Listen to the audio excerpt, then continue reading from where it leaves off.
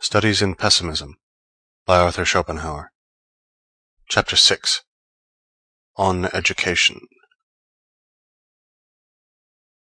The human intellect is said to be so constituted that general ideas arise by abstraction from particular observations, and therefore come after them in point of time. If this is what actually occurs, as happens in the case of a man who has to depend solely upon his own experience for what he learns, who has no teacher and no book, such a man knows quite well which of his particular observations belong to and are represented by each of his general ideas. He has a perfect acquaintance with both sides of his experience, and accordingly he treats everything that comes in his way from a right standpoint. This might be called the natural method of education. Contrarily, the artificial method is to hear what other people say, to learn and to read, and so to get your head crammed full of general ideas before you have any sort of extended acquaintance with the world as it is, and as you may see it for yourself. You will be told that the particular observations which go to make these general ideas will come to you later on in the course of experience. But until that time arrives, you apply your ideas wrongly.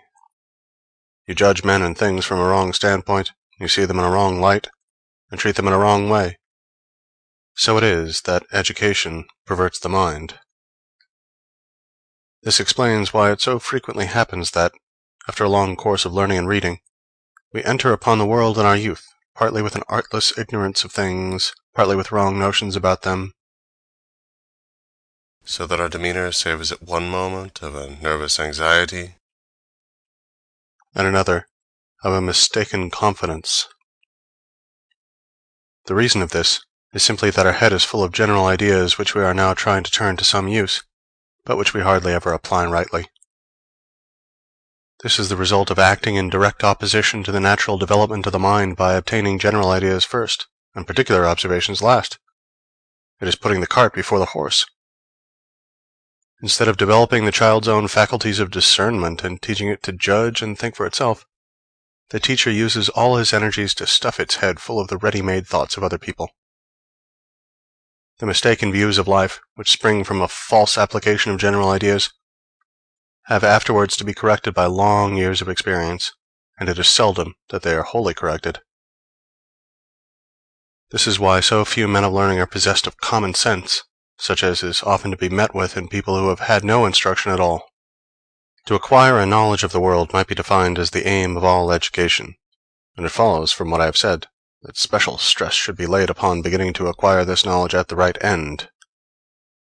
As I have shown, this means in the main that the particular observation of a thing shall precede the general idea of it. Further, that narrow and circumscribed ideas shall come before ideas of a wide range. It means, therefore, that the whole system of education shall follow in the steps that must have been taken by the ideas themselves in the course of their formation. But whenever any of these steps are skipped or left out, the instruction is defective and the ideas obtained are false. And finally, a distorted view of the world arises, peculiar to the individual himself. A view such as almost everyone entertains for some time, and most men for as long as they live.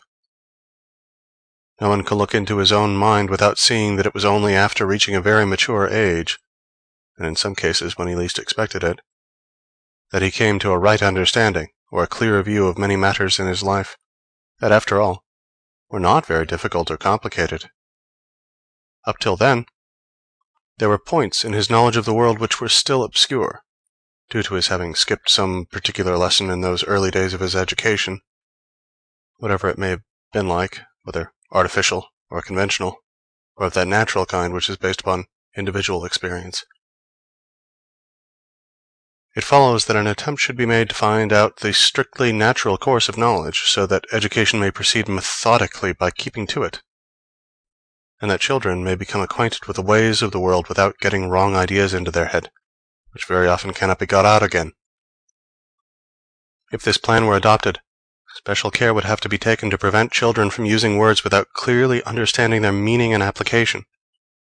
The fatal tendency to be satisfied with words instead of trying to understand things, to learn phrases by heart so that they may prove a refuge in time of need, exists as a rule even in children, and the tendency lasts on into manhood, making the knowledge of many learned persons to consist in mere verbiage. However, the main endeavor must always be to let particular observations precede general ideas, and not vice versa, as is usually and unfortunately the case. As though a child should come feet foremost into the world, or a verse be begun by writing down the rhyme.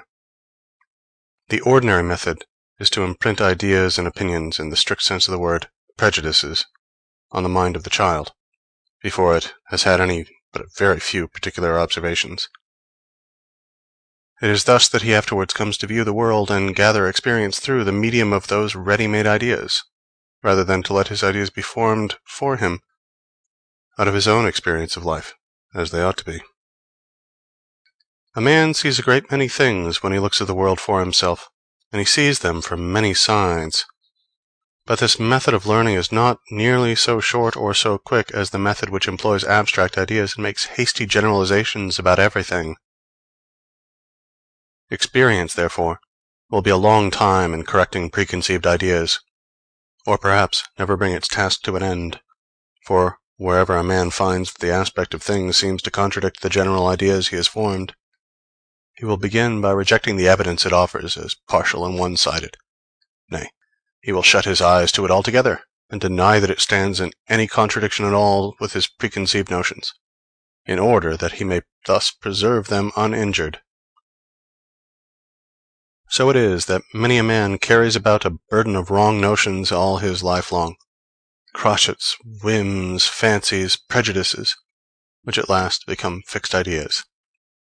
The fact is that he has never tried to form his fundamental ideas for himself out of his own experience of life, his own way of looking at the world, because he has taken over his ideas ready-made from other people, and this it is that makes him, as it makes many others, so shallow and superficial. Instead of that method of instruction, care should be taken to educate children on the natural lines. No idea should ever be established in a child's mind otherwise than by what the child can see for itself, or at any rate, it should be verified by the same means, and the result of this would be that the child's ideas, if few, would be well grounded and accurate. It would learn how to measure things by its own standard rather than by another's, and so it would escape 1,000 strange fancies and prejudices, and not need to have them eradicated by the lessons it will subsequently be taught in the school of life. The child would, in this way, have its mind once for all habituated to clear views and thoroughgoing knowledge. It would use its own judgment and take an unbiased estimate of things. And, in general, children should not form their notions of what life is like from the copy before they have learned it from the original, to whatever aspect of it their attention may be directed. Instead, therefore, of hastening to place books, and books alone, in their hands, let them be made acquainted step by step with things, with the actual circumstances of human life.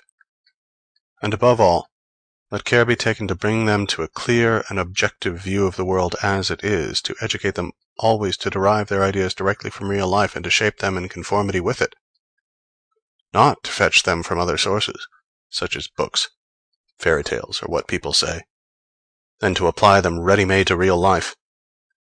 For this will mean that their heads are full of wrong notions, and that they will either see things in a false light or try in vain to remodel the world to suit their views, and so enter upon false paths, and that, too, whether they are only constructing theories of life or engaged in the actual business of it. It is incredible how much harm is done when the seeds of wrong notion are laid in the mind in those early years, later on to bear a crop of prejudice. For the subsequent lessons, which are learned from real life in the world, have to be devoted mainly to their extirpation. To unlearn the evil was the answer, according to Diogenes Laertius, Antisthenes gave when he was asked what branch of knowledge was most necessary, and we can see what he meant. No child under the age of 15 should receive instruction in subjects which may possibly be the vehicle of serious error, such as philosophy, religion, or any other branch of knowledge where it is necessary to take large views. because wrong notions imbibed early can seldom be rooted out, and of all the intellectual faculties, judgment is the last one to arrive at maturity. The child should give its attention either to subjects where no error is possible at all, such as mathematics, or to those in which there is no particular danger in making a mistake, such as languages, natural science, history, and so on. And in general, the branches of knowledge which are to be studied at any period of life should be such as the mind is equal to at that period and can perfectly understand. Childhood and youth form the time for collecting materials, for getting a special and thorough knowledge of the individual and particular things. In those years it is too early to form views on a large scale, and ultimate explanations must be put off to a later date.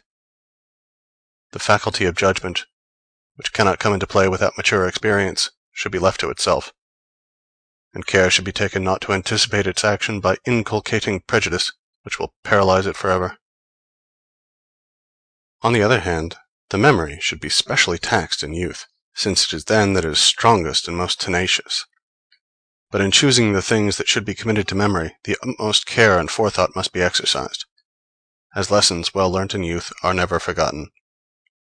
This precious soil must therefore be cultivated so as to bear as much fruit as possible. If you think how deeply rooted in your memory are those persons whom you knew in the first 12 years of your life, how indelible the impression made upon you by the events of those years, how clear your recollection of most of the things that happened to you then, most of what was told or taught you, it will seem a natural thing to take the susceptibility and tenacity of the mind at that period as the groundwork of education.